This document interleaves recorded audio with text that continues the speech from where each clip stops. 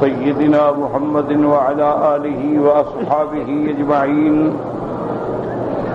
اللهم صل على سيدنا محمد وعلى آل سيدنا محمد كما صليت على إبراهيم وعلى آل إبراهيم في العالمين إنك حميد مجيد. أعوذ بالله من الشيطان الرجيم. بسم الله الرحمن الرحيم.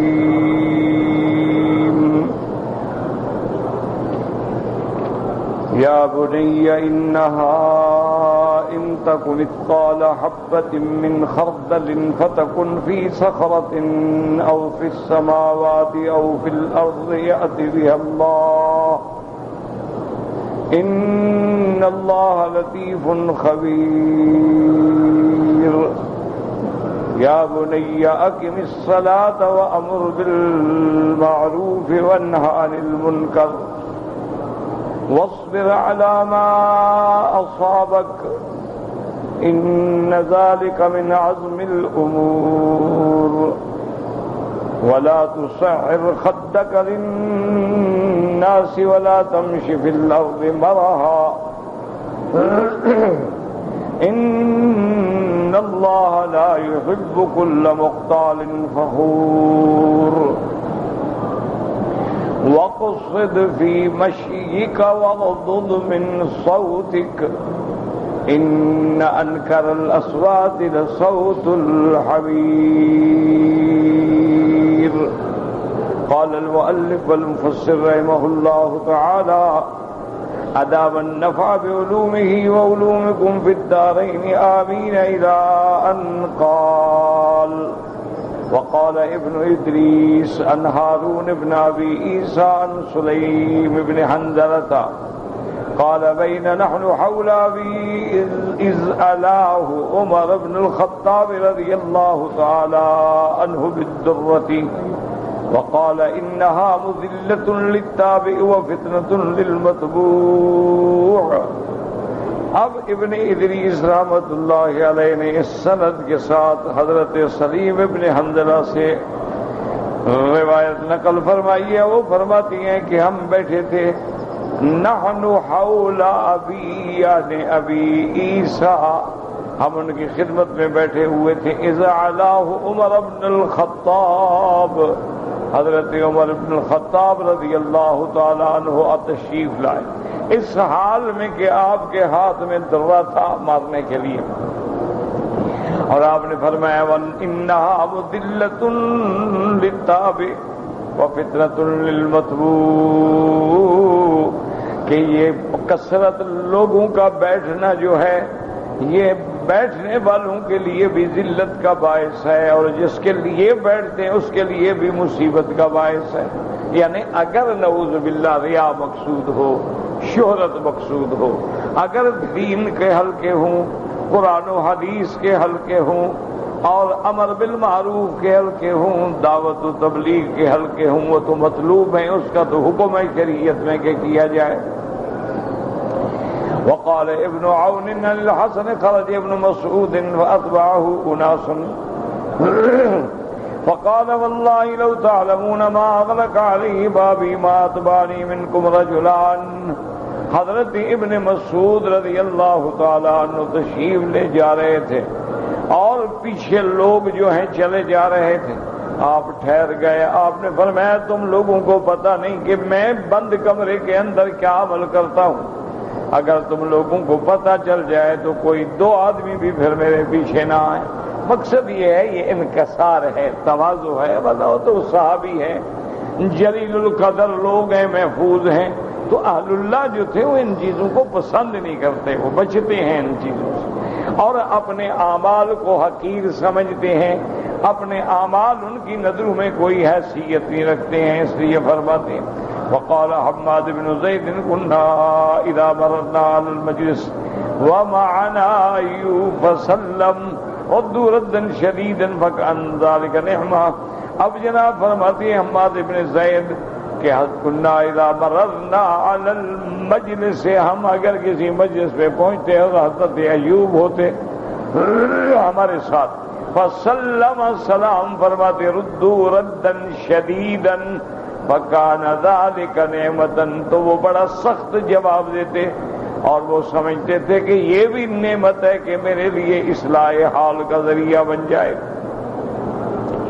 وقال عبد الرزاق عن معمر كان أيوب يطيل قميصه فقيل له في ذلك فقال إن الشهرة فيما مضى كانت في طول القميص واليوم في تشميره، واصطنع مرة نعلين على حذوين علي النبي صلى الله عليه وسلم فلبسهما أياما ثم خلعهما وقال لم أر الناس يلبسونهما۔ اب جناب فرماتی ہیں کہ ہم نے دیکھا، مفسر حضرت معمر فرماتی ہیں کانا ایوب یطیل قمیصہ، قمیص ان کا لمبا ہوتا، فقیل له فی ذلک، کہا کہ حضرت آپ کا قمیص تو لمبا ہے۔ آپ نے فرمایا وہ دور چلا گیا جب لمبا قمیص جو ہے وہ شہرت کا ذریعہ بنتا تھا، اب تو لوگوں نے اونچے کپڑے اس لیے پہننے شروع کیے ہیں کہ لوگ سمجھیں بڑے متبع سنت، تو اس لیے میں نے ان باتوں کا لحاظ چھوڑ دیا۔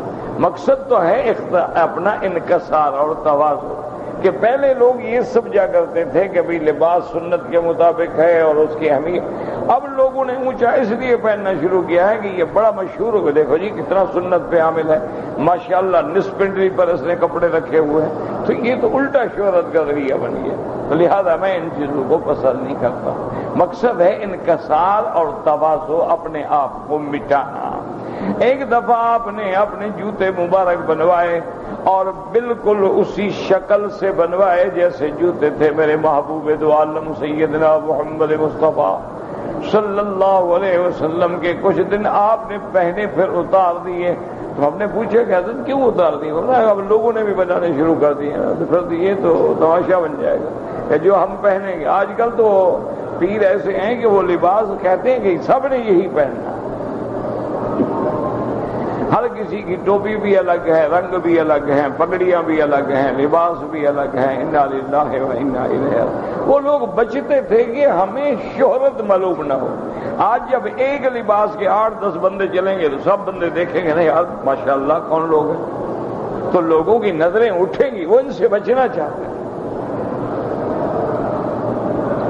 وقال ابراہیم النخعی لا تلبس من الثياب ما يشرف الفقهاء ولا ما يدريك السفهاء۔ حضرت ابراہیم النخعی فرماتے تھے کہ ایسا لباس نہ پہنو، ایسے کپڑے نہ پہنو جو فقہاء میں زیادہ مشہور ہیں کہ لوگ مجھے بھی عالم سمجھے، مجھے بھی فقیہ سمجھے، اور ایسا لباس بھی نہ پہنو کہ تمہیں سفہاء اور بے وقوفوں کی نظر میں ذلیل کر دے، ایسا گندا لباس بھی نہ پہنو کہ لوگ حقارت کی نظر سے دیکھیں۔ وقال الثوری كانوا يكرهون من الثياب الجياد التي يشتهر بها ويرفع الناس فيها أبصارهم والثياب الردية التي يحتقر فيها ويستذل دينه۔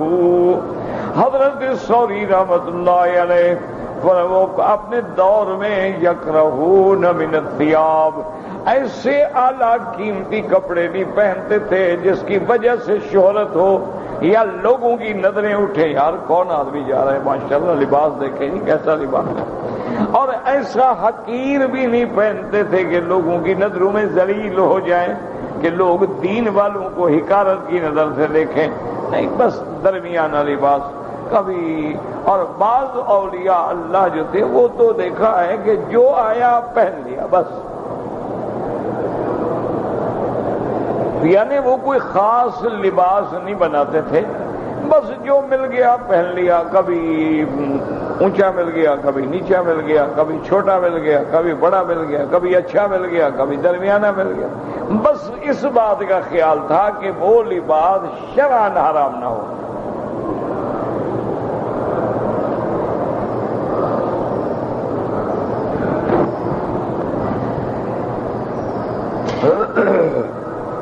وحدثنا خالد بن خداش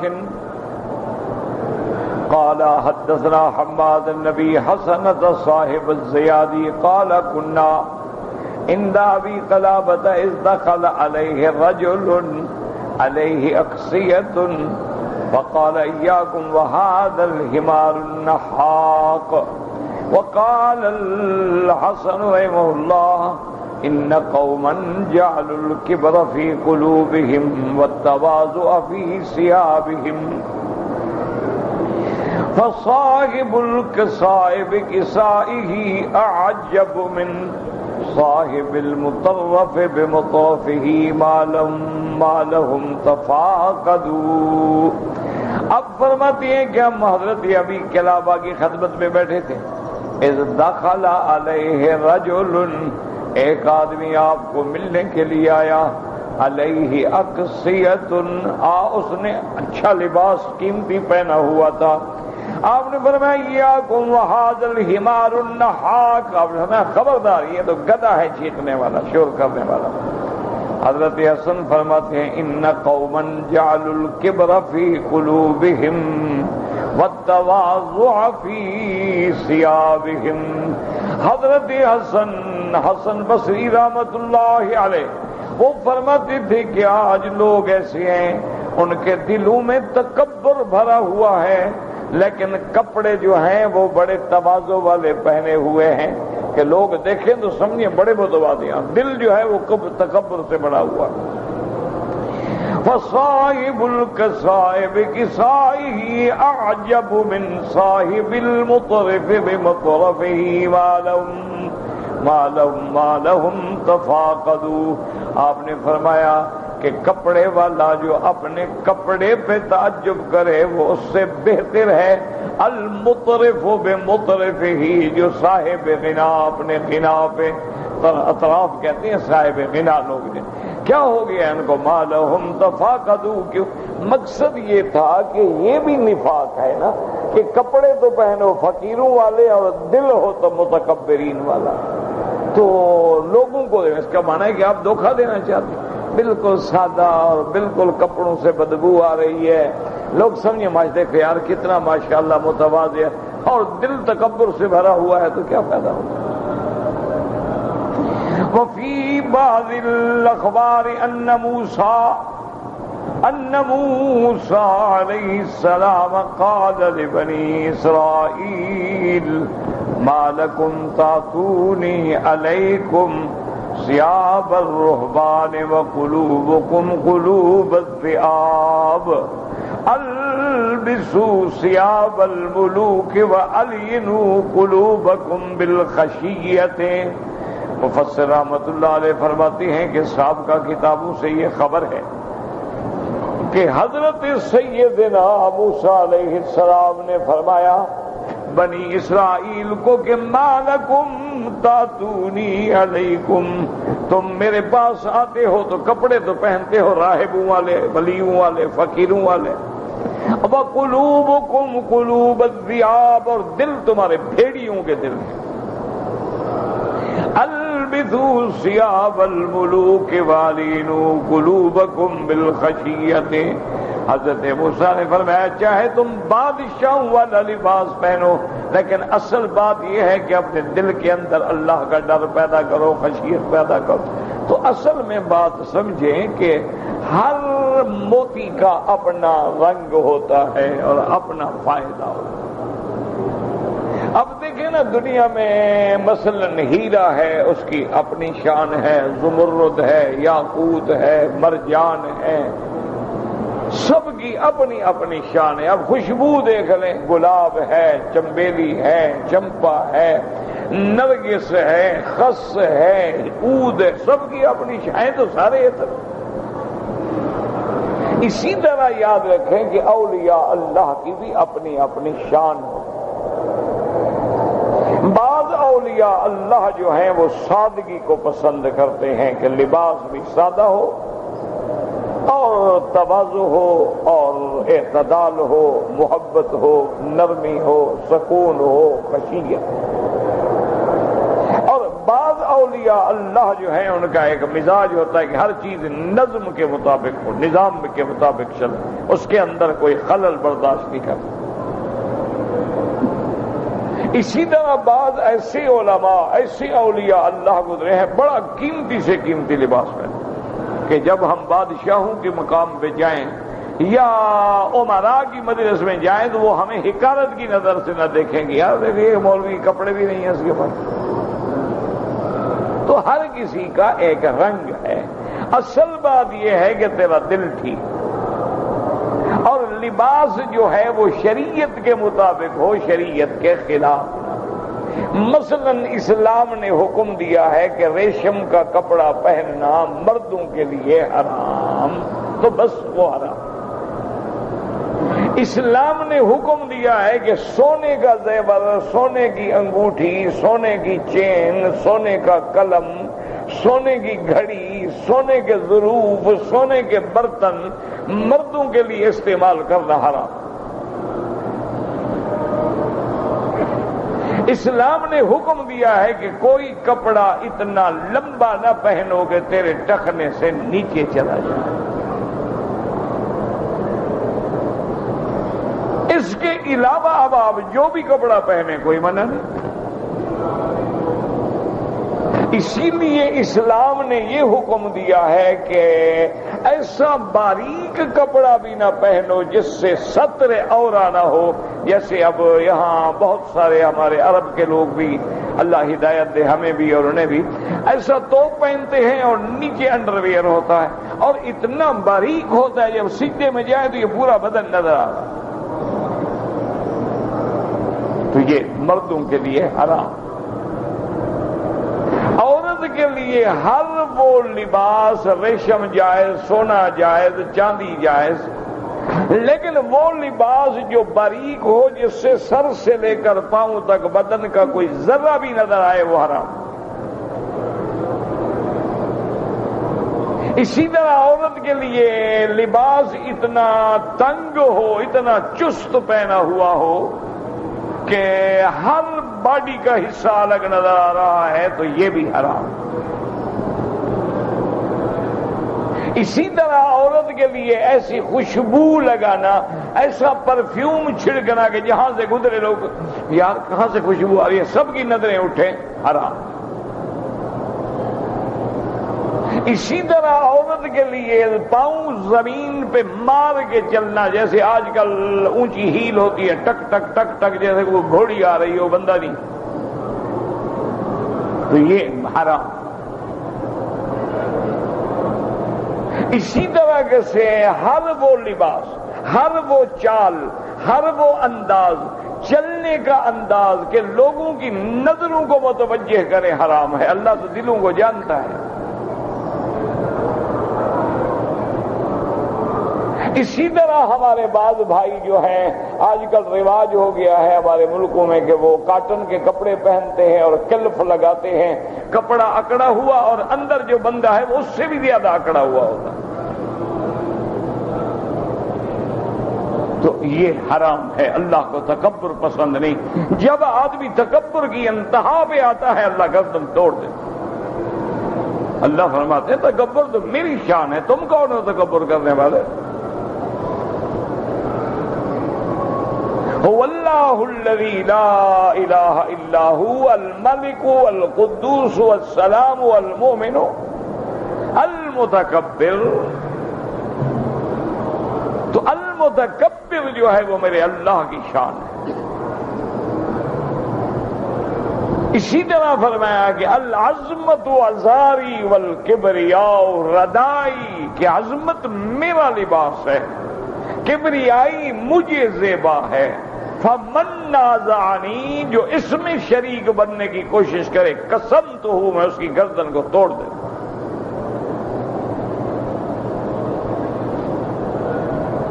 باقی لباس میں نظافت جو ہے یہ تو ایمان کا حصہ ہے، یہ کوئی فقیری شکیری نہیں کہ تیرے کپڑوں سے بدبو آئے، یہ کوئی فقیری نہیں کہ ایک ایک مہینہ غسل ہی نہ کرو،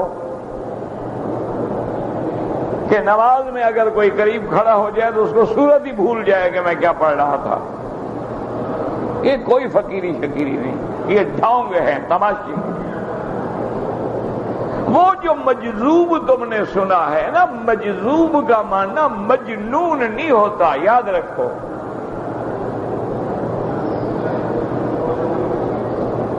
مجذوب الگ چیز ہے، مجنون ہونا الگ چیز ہے۔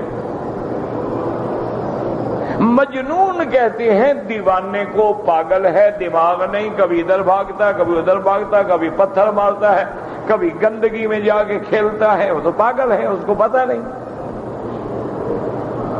مجذوب جو کہلاتے ہیں بزرگوں کی اصطلاح میں، اس کا معنی یہ ہے کہ ان کا قلب جو ہے وہ اتنا اللہ کی طرف جذب ہو گیا، کھنچ گیا ہے کہ دنیا کی ان کو پرواہ ہی نہیں ہوتی۔ وہ الگ تھلگ بیٹھتے ہیں، غاروں میں چلے جاتے ہیں، پہاڑوں پہ چلے جاتے ہیں، جہاں 4 آدمی بیٹھے ہوں بھاگ جاتے ہیں کہ خامخواہ شہرت نہ ہو جائے۔ وہ اپنے آپ کو چھپاتے ہیں اور عام وہ الگ بات ہے۔ ہر آدمی، یاد رکھو، ہر آدمی جیسے عالم نہیں بن سکتا، اسی طرح ہر آدمی بھی مقام صوفیہ جو ہے اس کو سمجھ نہیں سکتا۔ صوفی کا معنی یہ نہیں ہوتا قوالیاں سنے بدعات کرے۔ صوفی کا معنی یہ نہیں ہوتا کہ قبروں پہ آ کے سجدے کرے اور قبروں پہ غلاف چڑھائے اور قبروں پہ آ کے نظر نیاز اور منتیں۔ صوفی تھوڑے ہوتے، صوفی ہوتا ہے صفائی قلب سے، کہ جس کے دل میں غیر اللہ کا تعلق نہ ہو، جس کے دل میں غیر اللہ کی طرف التفات ہی نہ ہو، وہ صوفی ہوتے ہیں۔ صوفی کی وہ نہیں ہوتا جو گرم کپڑے پہنے صوف والے، صوفی وہ نہیں ہوتے جو لمبی لمبی ٹوپیاں پہننے اور گلے میں پگڑیاں ڈال لیں۔ صوفی وہ نہیں کہلاتے ہیں کہ لمبی تسبیحاں ہاتھ میں پکڑ لیں اور ضربیں لگاتے پھریں اور گھر بیٹھے ہوں تو نماز ہی نہیں پڑھتے۔ صوفی کا معنی صفائے قلب کے دل شرک و بدعات سے پاک ہو گیا ہے، متمسک بالکتاب والسنت، اللہ کا قرآن اور اللہ کے نبی کی سنت ان کے ہاتھ میں ہو۔ صوفی حسن بصری تھا، صوفی جو ہے مالک ابن دینار ہیں، صوفیہ میں فضیل ابن عیاض ہیں، بڑے بڑے لوگ گزرے ہیں، اللہ ان کی قبروں پہ کروڑوں رحمتیں فرمائے۔ ہمارے ملک میں بھی حضرت علی حجویری ہیں، حضرت فرید الدین شکر گنج ہیں، اسی طرح حضرت مولانا احمد خان صاحب ہیں، حضرت شیخ فضل الہی رحمت اللہ علیہ ہیں، نظام الدین اولیاء رحمت اللہ علیہ ہیں، حضرت سری سقطی رحمت اللہ علیہ ہیں، بایزید بستامی رحمت اللہ علیہ ہیں۔ یہ بڑے لوگ ہیں، اللہ ان کی قبروں پہ کروڑوں رحمتیں فرمائے، کہ جن لوگوں نے جس جس علاقے میں گزرتے گئے محمد مدنی کا اسلام اور دین پھیلاتے گئے۔ حضرت معین الدین رحمت اللہ علیہ نے 90,000 ہندو کو کلمہ پڑھا دیا، یعنی پھر ہندوؤں نے اور بادشاہوں نے فیصلہ کیا کہ کسی بندے ہندو کو ان کے پاس جانے نہ دیا کرو، چوکیاں بٹھا دی، پابندیاں لگا دی، کیوں جو بھی بندہ جاتا حضرت کے بعد بیٹھتا حضرت ذکر شروع کر دیتے، لا الہ الا اللہ، وہ ہندو کلمہ پڑھنا شروع کر دیتے۔ کہتے ہیں اللہ کی توحید میں تو بڑا مزہ ہے۔ لوگوں نے پھر بھی 90,000 آدمی مسلمان ہوتے، اور لوگ ہوتے ہیں اللہ کے بندے۔ باقی یہ آپ جو سمجھتے ہیں نا آج کل پیر فقیر جو کوئی آپ جائیں اور آپ کو بتا دے کہ اچھا آپ اس لیے میرے پاس آئے ہیں، آپ سمجھتے ہیں یہ بڑا پہنچا ہوا پیر ہے، یہ کوئی وجہ جوگی بھی بتا دیتے ہیں، یہ تو ہاتھ دیکھنے والے بھی بتا دیتے ہیں، وہ بھی پیر ہوتے ہیں، یہ تو زائچہ نکال کے بھی اگلے جناب تمہارا اگلا پچھلا چٹھا نکال کے باہر رکھ دیں، وہ بھی پیر ہیں۔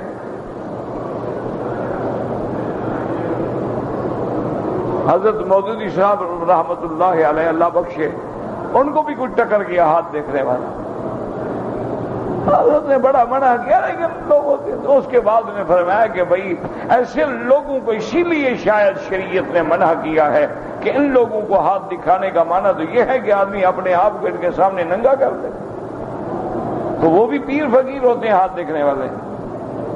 یہ ہم سڑک پہ بیٹھے ہوتے ہیں 5 روپے، آج کل فیس بڑھ گئی ہوگی، ہمارے زمانے میں 1 روپیہ 5 روپے 5 آنے 4 آنے اس قسم کا ریٹ ہوتا تھا، سڑک پہ بیٹھے ہوتے تھے، حقہ ہاتھ میں، بد شکل، بد عمل، بد صورت، بد سیرت، علم گئے بھائی تمہارا ستارہ گردش، وہ ملعون تیرا اپنا گردش میں ہے، تو بیٹھا ہوا بھیک مانگ رہا ہے، اپنے ستارے کو تو نکالا نہیں، میرا ستارہ مٹی کا نکالے گا تو۔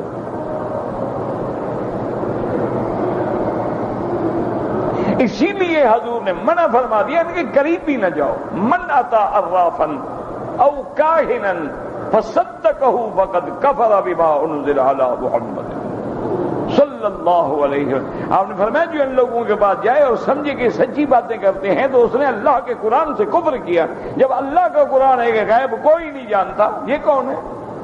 یہ اندازے ہیں، الٹرا ساؤنڈ کر کے ڈاکٹر نے بتلا دیا کہ بچہ ہے، کبھی غلط بھی ہو گیا۔ جہاز دیکھ کے موسمیات والوں نے بتا دیا کہ ہوائیں چل رہی ہیں، ان کی رفتار ایسی ہے اور ہوائیں شمال جنوب چل رہی ہیں، امید ہے کہ کل تک یہاں پہنچیں گی۔ یہ کوئی علم غیب تھوڑا ہے، میں بھی گھڑی دے کے ٹائم بتا دوں، علم غیب ہے؟ یہ کون سا علم غیب؟ اسی طرح سے بہت سارے لوگ ہوتے ہیں، کافروں میں ہوتے ہیں، ہندوؤں میں ہوتے ہیں، سکھوں میں ہوتے ہیں، یہودیوں میں ہوتے ہیں، نصرانیوں میں ہوتے ہیں، جو بڑی بڑے ایسی باتیں کریں گے آپ کا تو دماغ الٹ کے رکھ دیں۔ پھر ان کو بھی ہم پیر مان لیں، وہ تو کافر ہیں، وہ تو مسلمان ہی نہیں ہے، پیر کیسے مانو گے؟ آج کل یورپ میں ہے حاضرات ارواح کہ آپ کا باپ مر گیا، کب مر گیا؟ 50 سال ہو گیا، آپ باپ سے بات کرنا چاہتے ہیں؟ کون ہے ایسا جی؟ میں کہا اچھا آ جاؤ، کمرے میں بٹھا دیتے ہیں، ایک گلاس رکھ دیتے ہیں میز پہ، اندھیرا کر کے پڑھنا شروع کر دیتے، کہتے ہیں دیکھو ابھی 10 منٹ کے بعد تمہارے باپ کی روح آئے گی، اس کو سلام کرو۔ جب گلاس ہلنا شروع ہو جائے نا، سمجھ جانا کہ میرے ابا کی روح گلاس میں آ گئی ہے۔ اچھا کمال یہ ہے کہ باقاعدہ باپ بات کرتا ہے، اب باپ کی آواز تو بیٹا پہچانتا ہے نا۔ اچھا وہ باپ یہ بھی بتاتا ہے کہ فلاں کمرے میں تیرے گھر کے فلاں جگہ میں نے پیسے چھپائے تھے، وہ جا کے نکال لینا، وہ نکال بھی لیتا ہے۔ تو یہ بھی فقیر ہیں، پیر ہیں، ان کو بھی مان لیں۔ ایک حکیم نبض پہ ہاتھ رکھ کے کہتا ہے کہ بھائی تمہارا جگر میں گرمی ہے، تو یہ بھی کوئی فقیری ہے، بزرگ ہے۔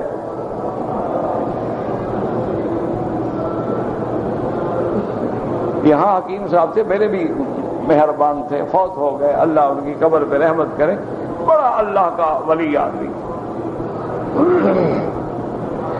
میرے سامنے بیٹھے ایک آدمی نے ہاتھ دکھلایا، ہاں بھائی تمہیں تو 300 تک شوگر پہنچ گیا ہے، تم نے ہسپتال سے تجزیہ تحلیل کرایا ہے؟ اس نے کہا حضرت کرایا تو ہے، آج کرایا تھا، دیکھا نہیں۔ اس نے جیب سے کاغذ نکالا، 300 روپے، یعنی انہوں نے تو باقاعدہ بلڈ ٹیسٹ کیا نا، پیشاب ٹیسٹ کیا، لیبارٹری میں کیا، انہوں نے تو ہاتھ پہ رکھا، ہاں 300 پہ تمہارا شوگر ہے۔ یہ بھی علم غیب ہے۔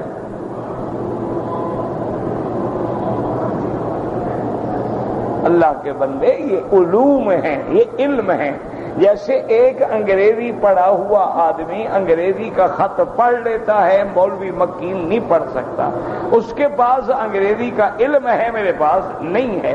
اللہ نے جو ہاتھ رکھے ہیں، لکیریں ہیں، اشارات ہیں، پیشانی ہے، چہرہ ہے، مہرہ ہے، کان ہے، ان سب میں اللہ نے حکمتیں رکھی ہیں کہ لمبا ناک ہے تو کیا حکمت ہے، چھوٹا ہے تو کیا حکمت ہے، موٹا ہے تو کیا حکمت ہے، ہونٹ باریک ہے تو کیا خاصیت ہے، موٹے ہیں تو کیا خاصیت ہے، منہ زیادہ کھلا ہے۔ یہ تو علوم ہیں، جس نے پڑھا ہے اس کو پتا، آپ بھی پڑھیں آپ کو پتہ لگ جائے گا۔ یہ کون سے علم غیب ہے؟ ہماری بوڑھی بوڑھی عورتیں جو ہوتی ہیں نا جی، اپنے 50-100 سال پہلے کے دور میں اگر بچی کو حمل ہو نا تو بچی چلے تو وہ بتا دیتی ہے انشاءاللہ بہو کو بیٹا ہوگا۔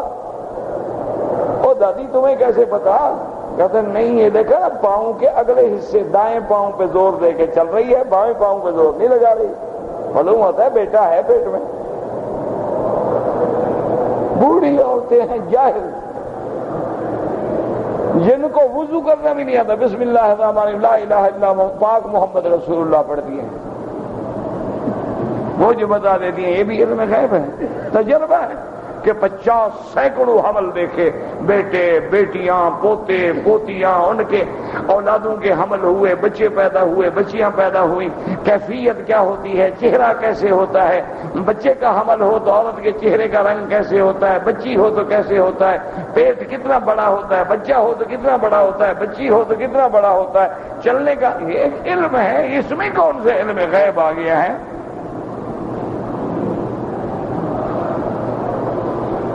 آج مصیبت یہ ہے کہ ہر آدمی صوفی بن گیا، ہر آدمی پیر بن گیا، ہر آدمی پیر طریقت اور شہباز شریعت ماہران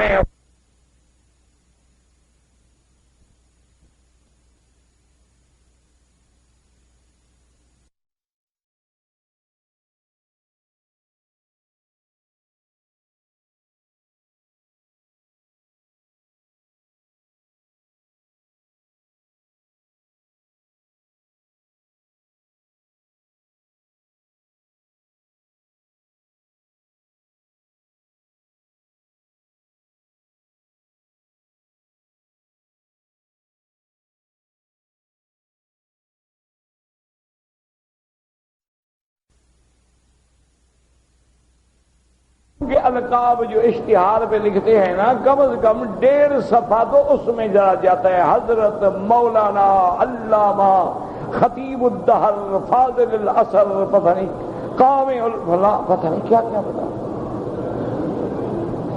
اچھا اگر اشتہار چھپانے والا جاہل ہو، مولوی اس کو خود کہتا ہے تمہیں نہیں آئے گا تو میں تمہیں لکھ دیتا ہوں، اس سے لکھوانا میرا نام، یہ مولوی ہے، یہ علماء ہے، انا للہ و انا، یہ کاروباری لوگ ہیں، یشترون بآیات اللہ ثمنا قلیلا، اللہ نے فرمایا ایسے بھی لوگ ہیں جو میرے قرآن کی آیات کو پیسوں کے بدلے میں بیچتا، یہ وہی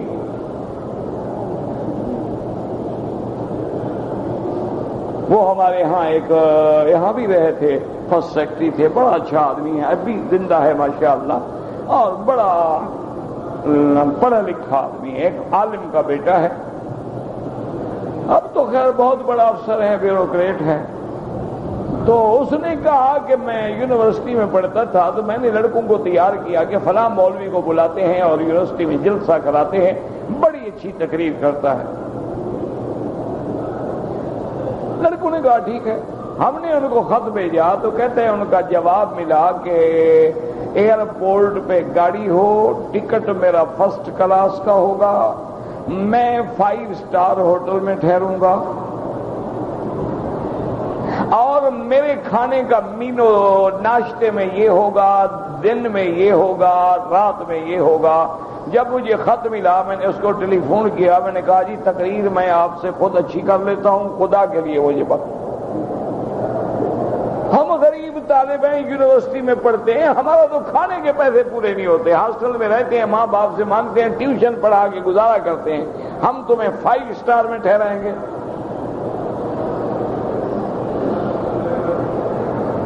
میں نے کہا حضرت آپ اپنے گھر رہیں، انشاءاللہ الذی جب آپ کا کبھی جلسہ ہو مجھے بلانا، میں تقریر تم سے زیادہ بہتر کرتا، اور باقی وہ بہتر تقریر کرتا، بڑا مجاہد مرد آدمی، اتنا بڑا افسر تھا ماشاءاللہ کہ یعنی تقریباً 22 گریڈ کا افسر تھا۔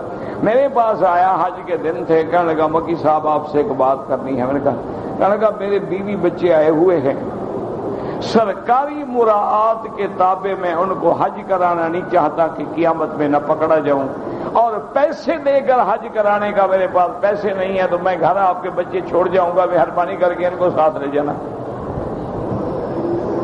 میری تو ڈیوٹی ہے، میں مجبور ہوں، کیا کروں؟ میری ماں ہے، میرا بھائی ہے، میری بہن ہے، میری بیوی ہے، میرے بیٹے ہیں، اتنے آدمیوں کے پیسے میں کہاں سے خیمہ خریدوں؟ سرکاری تو موجود ہے لیکن میں سرکاری حج نہیں کرانا چاہتا اپنی اعلی اولاد کو۔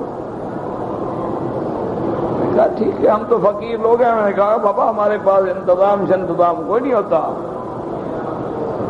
آنا ہے 100 آ جاؤ۔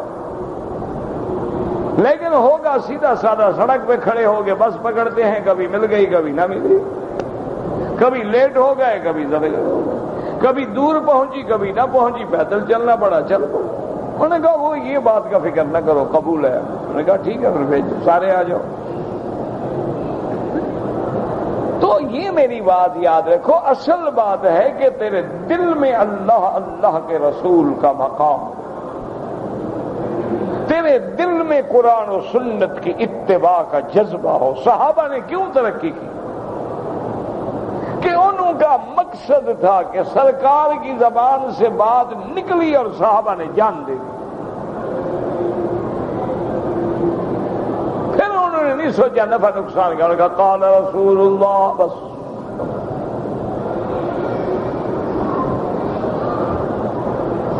ان کو علم نہیں تھا، دوسرے صحابی نے آگے بتایا کہ ہاکذا فعل رسول اللہ، انہوں نے کہا بس خلاص، حدیث آ گئی بات ہے۔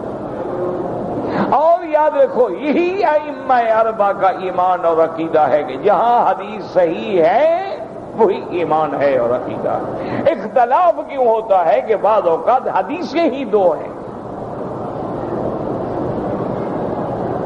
اختلاف کیوں ہوتا ہے کہ بعض اوقات ایک حدیث پہنچی ہے، دوسری حدیث پہنچی ہی نہیں اس امام کو۔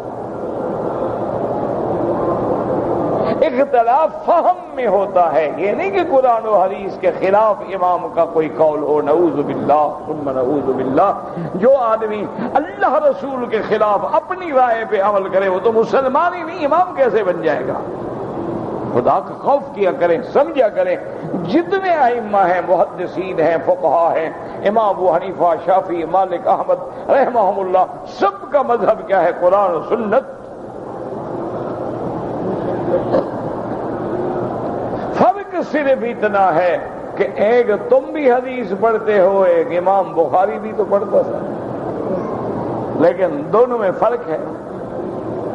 ایک تم بھی قرآن پڑھتے ہو، ایک حافظ ابن کثیر بھی قرآن پڑھتا تھا، ایک تم بھی نماز پڑھتے ہو، ایک یہاں کا عالم بھی نماز پڑھتا ہے، قرآن پڑھ رہا ہے امام، اور ایک ایک حرف وہ سمجھ رہا ہے کہ اللہ کا قرآن کیا کہہ رہا ہے۔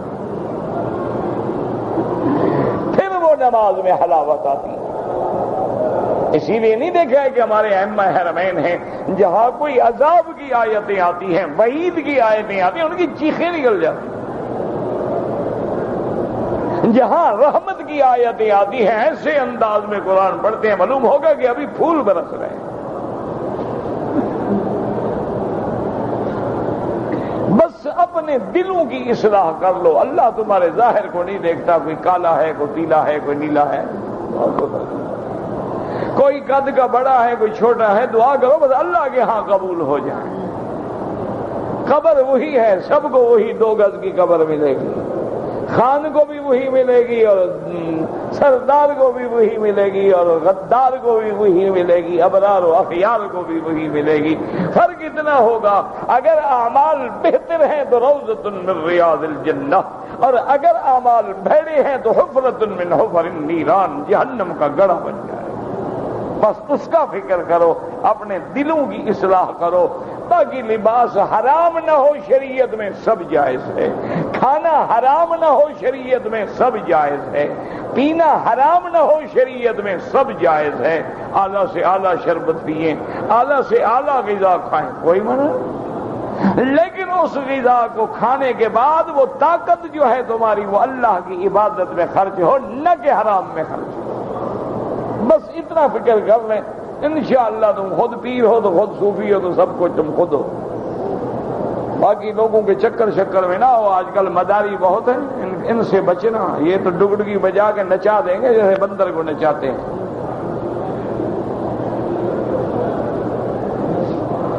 کسی کے پاس جائیں انشاءاللہ، بس 2 منٹ کا مراقبہ کریں گے۔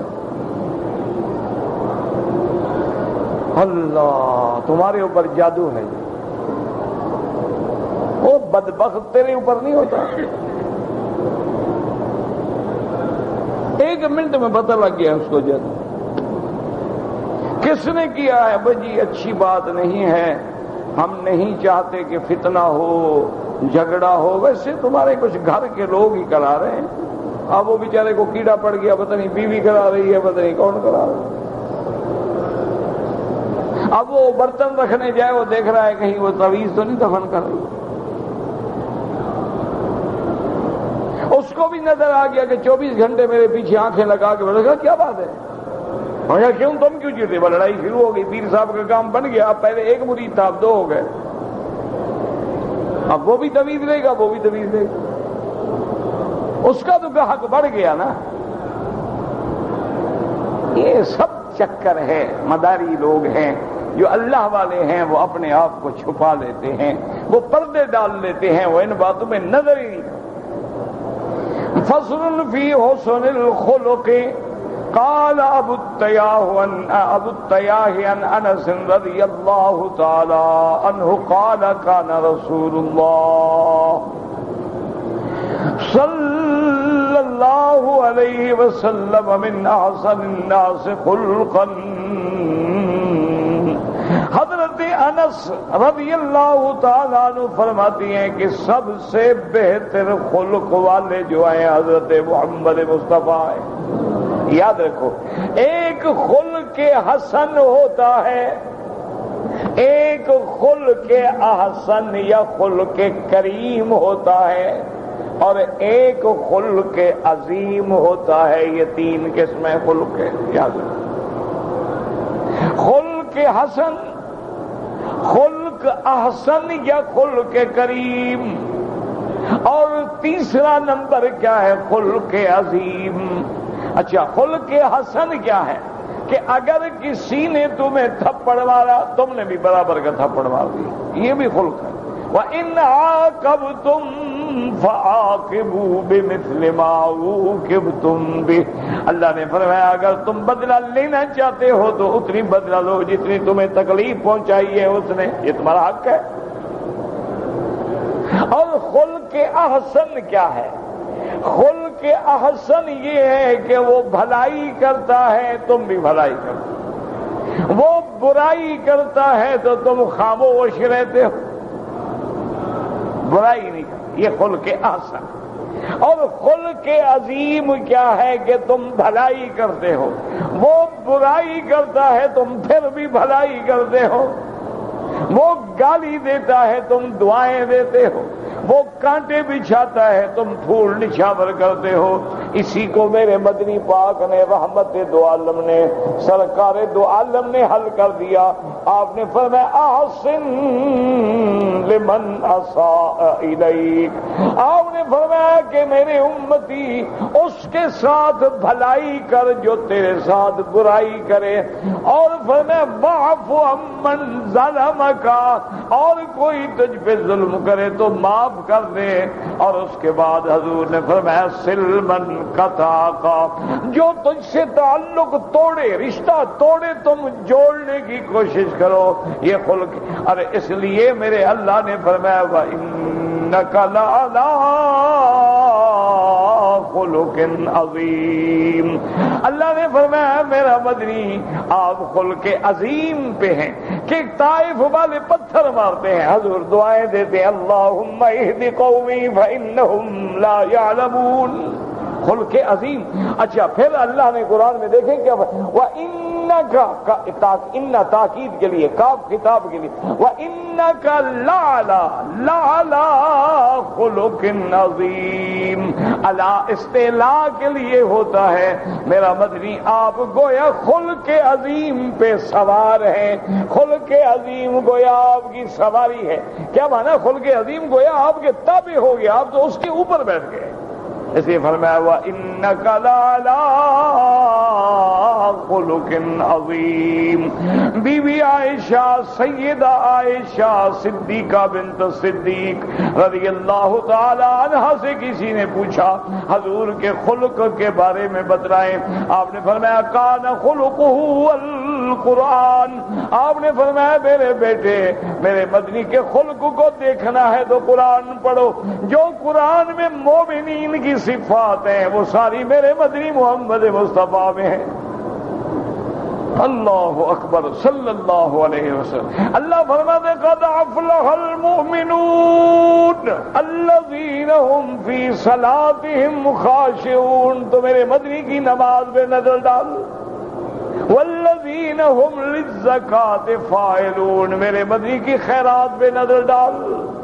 والذین هم عن اللغو معرضون. میرے مدنی کا اعراض پہ نظر ڈال. والذین هم لفروجهم حافظون الا علی ازواجهم او ما ملکت ایمانهم. میرے مدنی کی عفت و عصمت پہ نظر ڈال. والذین هم لاماناتهم وعهدهم راعون. میرے مدنی کی امانت پہ نظر ڈال. والذین هم علی صلواتهم یحافظون. میرے مدنی کی نماز کی فکر پہ نظر ڈال. یعنی آپ کی اگر سیرت پڑھنی ہے، آپ کی صفت دیکھنی ہے، آپ کی سیرت کا مطالعہ کرنا ہے تو قرآن میں دیکھو جو ابرار کی صفتیں ہیں، جو اخیار کی صفتیں ہیں، جو مقربین کی صفتیں ہیں، جو اصحاب الیمین کی صفتیں ہیں، جو مومنین کی صفتیں ہیں، جو متقین کی صفتیں ہیں، جو مفلحین کی صفتیں ہیں، ساری صفتوں کے مجموعے گلدستے کا نام محمد مصطفیٰ ہے صلی اللہ علیہ وعلا آلہ واصحابہ وسلم تسلیما کثیرا کثیرا. اللہ کے کروڑوں صلاۃ و سلام ہوں میرے بدری محمد مصطفیٰ. اب دیکھیں حضرت انس خادم ہیں جنہوں نے 10 سال حضور کی خدمت کی ہے. فرماتے ہیں واللہ ما ضربنی ما قہرنی وما زجرنی. خدا کی قسم ہے 10 سال میں غلام ہوں، نوکر ہوں، لیکن حضور نے مجھے کبھی مارا نہیں، کبھی جھڑکا نہیں، اور حضور نے کبھی یہ بھی نہیں کہا کہ تم نے یہ کام کیوں نہیں کیا. اللہ اکبر اللہ اکبر. آج تو معاملہ ہی الٹ ہو گیا نا جی. آج اگر ملازم کو چیک نہ کرو تو انشاءاللہ مالک کو بیچ کے کھا جائے. اور مالک بھی ماشاءاللہ ایسے بھیڑیے بن گئے ہیں کہ دانت رکھ کے بیٹھے ہوئے ہیں اوپر کہ ملازم نے آج 1.5 روٹی کیوں کھائی ہے، اس کو تو 1 کھانی چاہیے تھی. اس کے بھی نواز دونوں طرف سے تباہی ہو گئی نا. اسلام تو ختم ہو گیا. نہ آجر میں رہا نہ اجیر میں رہا، نہ مالک میں رہا نہ مملوک میں رہا، نہ سردار میں رہا نہ غلام میں رہا، نہ استاد میں رہا نہ طالب میں رہا. اب تو ختم ہو گئی ہے بات. یہ تو امام شافعی ہے نا رحمت اللہ. پھر اللہ نے امام بھی تو بنایا ہے. وہ فرماتے ہیں من علمنی حرفا، جس استاد نے مجھے ایک حرف بھی پڑھایا ہے فانا لہ عبد، میں اس کا غلام ہوں، چاہے تو مجھے بیچ دے. اللہ اکبر. یہ صحابہ کا ادب تھا کہ دین پوچھنا ہے. صحابی آ کے حضرت ابن عباس جیسے آدمی اتنا بڑا بڑا علم کا جبال جو ہے وہ دروازے پہ کھڑے رہتے تھے، دھوپ میں کھڑے ہوئے ہیں، جب تک کہ اندر سے صحابی اپنے منشے سے نکلا تو پھر حدیث پوچھی. انہوں نے کہا حضرت آپ دروازے پہ کھڑے رہے. انہوں نے کہا میں نے علم پڑھنا ہے، میں نہ کھڑا ہوں تو کون کھڑا ہوگا؟ مجھے غرض ہے، مجھے غرض ہے، میں نے خدمت کرنی ہے، میں نے علم حاصل. 6 مہینے پیدل چل کے ایک حدیث پڑھتے تھے. آج پڑھانے والے بھی مل گئے. آج ہر وہ مولوی ہوتا ہے کہ 2 کتابیں پڑھ کے اماموں کو گالیاں دے. بس جس کو تقلید کا معنی بھی نہیں آتا وہ تقلید پہ بحث کرتا ہے. جس کو محدث اور محدث کے فرق کا بھی پتہ نہیں ہے وہ حدیث پہ بحث کرتا ہے. انا للہ و انا الیہ راجعون.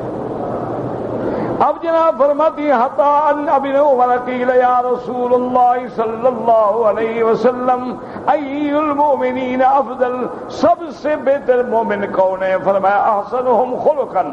وعن روح بن عبادة ثابتا انس مرفوعا ان العبد يبلغ بحسن خلقه درجات الاخرة وشرف المنازل وانه لضعيف العبادة.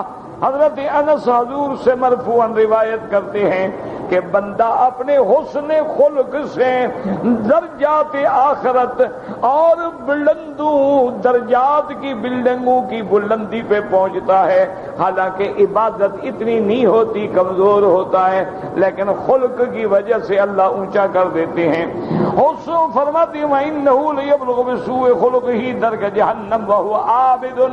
حضور نے فرمایا کہ بعد بڑے بڑے عابد ہیں، زاہد ہیں، تہجد گزار ہیں، شب بیدار ہیں، لیکن بد اخلاق ہیں تو اس کی وجہ سے جہنم میں چلے جاتے ہیں.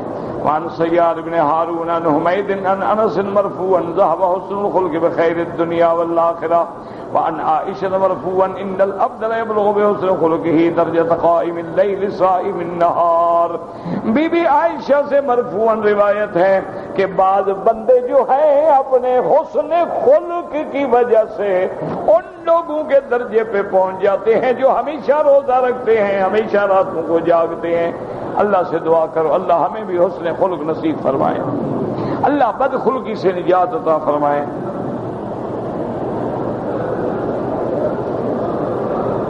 نکاح میں کتنا چیز فرض ہے، نکاح سنت ہے تو کتنا چیز فرض ہو گیا. خطبہ ہو، گواہ ہوں، ایجاب قبول ہو، حق المہر ہو، بس السلام علیکم. اپنی بیوی کو نکاح میں کتنا مہر دیں، جتنا اللہ توفیق دے تمہیں. تم لاکھ دے سکتے ہو، لاکھ دو. 50,000 ہے 50,000 دو، 2,000 ہے 2,000. تمہاری طاقت پہ ہے، ہر کسی کے اپنے حالات ہیں.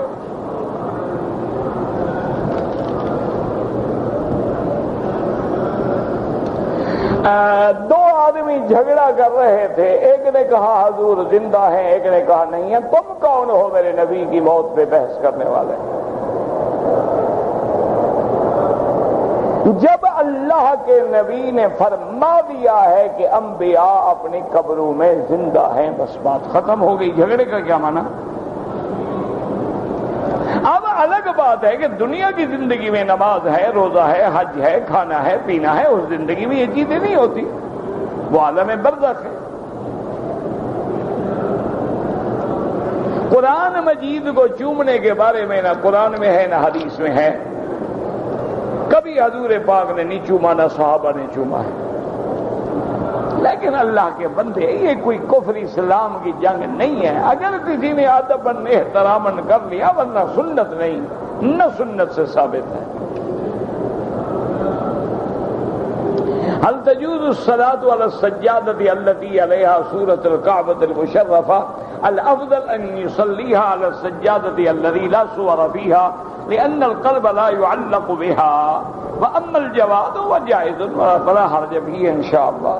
ربنا تقبل منا إنك أنت السميع العليم وتب علينا إنك أنت التواب الرحيم. یا الہ العالمین، عالم اسلام پہ رحم فرما، عالم اسلام کی عزت کا فیصلہ فرما. یا اللہ کفار کی ذلت کا فیصلہ فرما.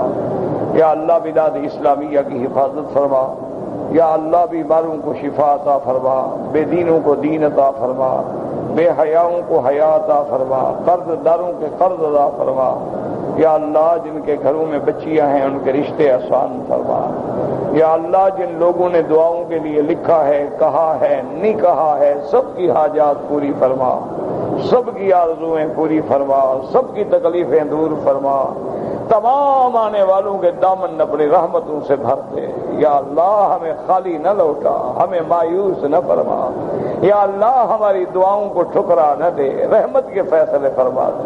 اللہم انا نعوذ بک من علم لا ينفع وعن قلب لا يخشع وعن نفس لا تشبع وعن عین لا تدمع وعن دعوة لا يسمع. اللهم انصر الاسلام والمسلمین، اللهم انصر الاسلام والمسلمین، اللهم انصر الاسلام والمسلمین.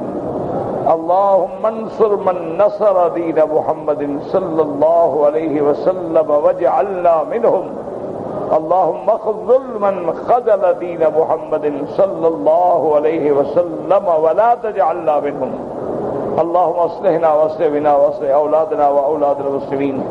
اللهم اصلح شبابنا وشباب المسلمین. اللهم اصلح احوالنا واحوال المسلمین. اللهم اصلح امورنا وامور المسلمين، اللهم اصلح بيوتنا وبيوت المسلمين، اللهم اصلح قلوبنا وقلوب المسلمين، اللهم اصلح نياتنا ونيات المسلمين، اللهم اصلح ذرياتنا وذريات المسلمين، اللهم اجعلنا واجعلهم من عبادك الصالحين الناجحين الراشدين الفائزين. اللهم يا شافي يا سلام اشفنا واشف مرضانا ومرضى المسلمين. اللهم انا نعوذ بك عن البرص والجذام وعن سيء الاسقام. اللهم انا نعوذ بك من جهد البلاء ودرك الشقاء وسوء القضاء وشماتة الاعداء. اللهم ثبتنا على الايمان، اللهم ارزقنا حسن الختام، اللهم اجعل خير ايامنا اخرها. وصلى الله تعالى على خير خلقه سيدنا محمد وعلى آله وأصحابه أجمعين. اللهم صل على سيدنا محمد وعلى آل سيدنا محمد كما صليت على إبراهيم وعلى آل إبراهيم في العالمين إنك حميد مجيد. جس مفتی صاحب نے وسیلے کے بارے میں لکھا ہے آپ ان سے رجوع کریں.